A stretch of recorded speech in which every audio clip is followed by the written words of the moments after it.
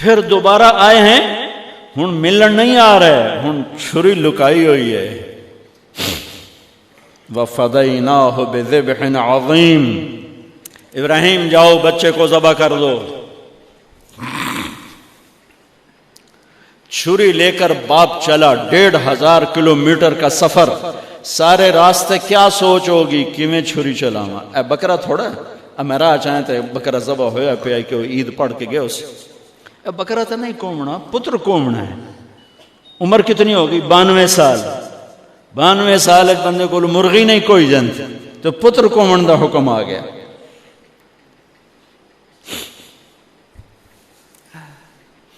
بڑے شیطان کے یوں منہ کرو ادھر لیفٹ، ادھر سے منہ کرو تو رائٹ. 2 پہاڑ آپس میں ملتے تھے، اس میں ایک اونٹ بن جاتی تھی. وہاں باپ بیٹا کھڑے ہوئے، 92-95 سال کی عمر ہے اور آگے معصوم پھول ہے. بچہ تب پرایا بھی ہوئے تو پیارا لگتا ہے. اپنا جگر. انی ارا فی المنام انی اذبحک فانظر ماذا ترى. بیٹا تیرے ذبح کا حکم آ چکا ہے، کیا کہتے؟ تو آگے بیٹا کہتا تسی خواب ویکھیا، میرا کی قصور کہ میں نے خواب دیکھا تجھے ذبح کرتا ہوں. تو آگے اسماعیل کہتے ابا میرا کیا قصور ہے، خواب تو آپ نے دیکھا ہے، میں تو آپ کی اکیلی اولاد ہوں، مجھے کیوں ذبح کرتے؟ جواب سنو، یا ابا تفعل، میں قربان جاؤں قرآن کی اس تعبیر پر. اسماعیل علیہ السلام کے جذبات کو 2 لفظ، یا ابا تفعل، یا ابت افعل.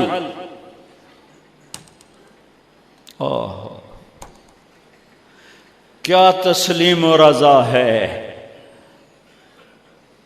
ترجمہ جو بھی ہے، فرمایا دیر کیوں کر رہے ہو. اس سے جو نکلتا ہے نا ایک خوبصورت مفہوم وہ ہے، ابا تو دیر کیوں کر رہے ہو. تو حیران ہو گئے، تجھے پتہ ہے میں کیا کہہ رہا ہوں؟ کہاں پتہ ہے، اب مجھے ذبح کرنے کا کہہ رہے ہیں. تو کوئی گھاٹے کا سودا نہیں ہے.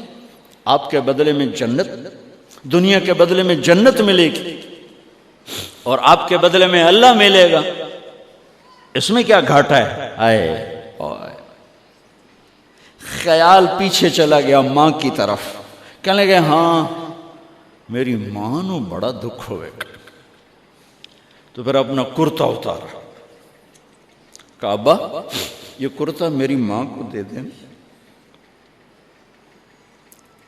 جب میں کبھی یاد آیا کروں گا تو یہ کرتا دیکھ لیا کرے گی، اور مجھے اپنے کرتے میں یہیں دفن کر دینا، مجھے ادھر نہ لے جانا، یہیں دبا دینا، شاید میری ماں میری ذبح شدہ لاش دیکھ نہ سکی. 8-9 سال کا بچہ خلیل اللہ کو کیا کہہ رہا ہے؟ میرے ہاتھ پاؤں باندھ دے بابا، شاید میرا پاؤں یا ہاتھ تجھے لگ کے کوئی بے ادبی نہ ہو جائے، میرے ہاتھ پاؤں باندھ. مجھے الٹا لٹانا، سیدھا نہ لٹانا، کہیں آنکھوں میں آنکھیں پڑیں اور تیرا دل نرم ہو جائے، تیرا ہاتھ نہ کمب جاوے، میرے رب دے امر اچ دیر نہ ہو جاوے. ان کو ماننے والی امت کہے سود کے بغیر گزارا نہیں، جھوٹ کے بغیر گزارا نہیں، ملاوٹ کے بغیر گزارا نہیں، رشوت کے بغیر گزارا. آگ لگا دو اپنی تاریخ کو، جاؤ جو مرضی کرو، جو مرضی گندگی کھانی ہے کھاؤ، اللہ کی جنت جہنم کو بھلا دو، جو کرنا ہے کرو. لیکن تمہارے بھلانے سے حقائق نہیں مٹ سکتے. جنت بھی ہے، جہنم بھی ہے، اور حلال حرام پہ فیصلے بھی ہیں.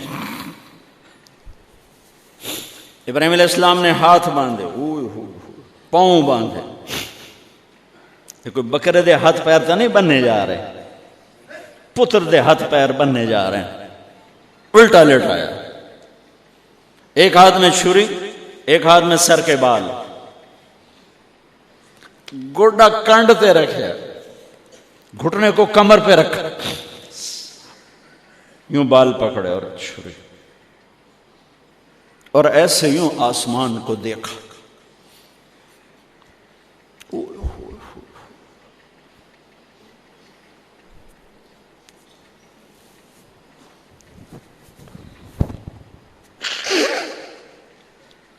فرمایا یا اللہ تو مجھ سے ناراض ہو گیا؟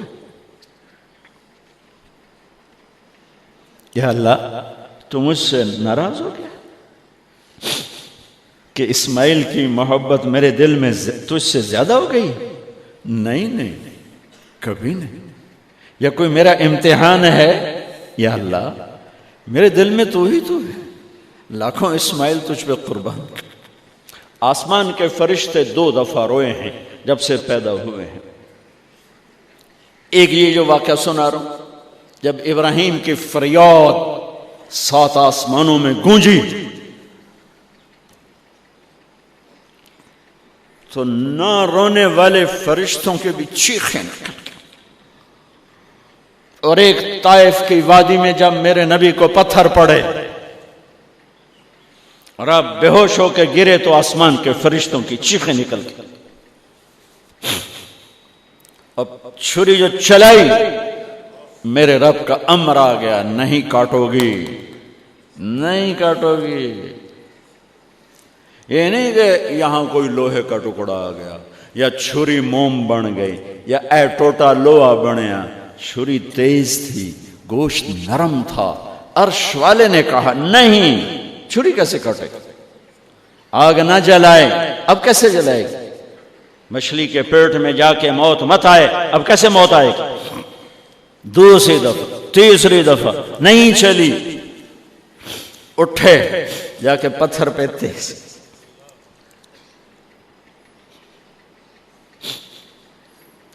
یہ علماء نے لکھا ہے کہ جانور کے سامنے چھری تیز نہ کرو تاکہ جانور کو تکلیف نہ ہو. قربانی کے مسائل میں آتا ہے، قربانی کے مسائل میں، کہ جانور کے سامنے چھری تیز نہ کرو کہ جانور کو تکلیف نہ ہو. پتر دے سامنے چھری تیز ہو رہی، میں چلتی کیوں نہیں؟ جب چوتھی دفعہ پکڑی ہے تو اللہ نے کہا جبریل جلدی کر، میرے خلیل نو جلال آیا ہے.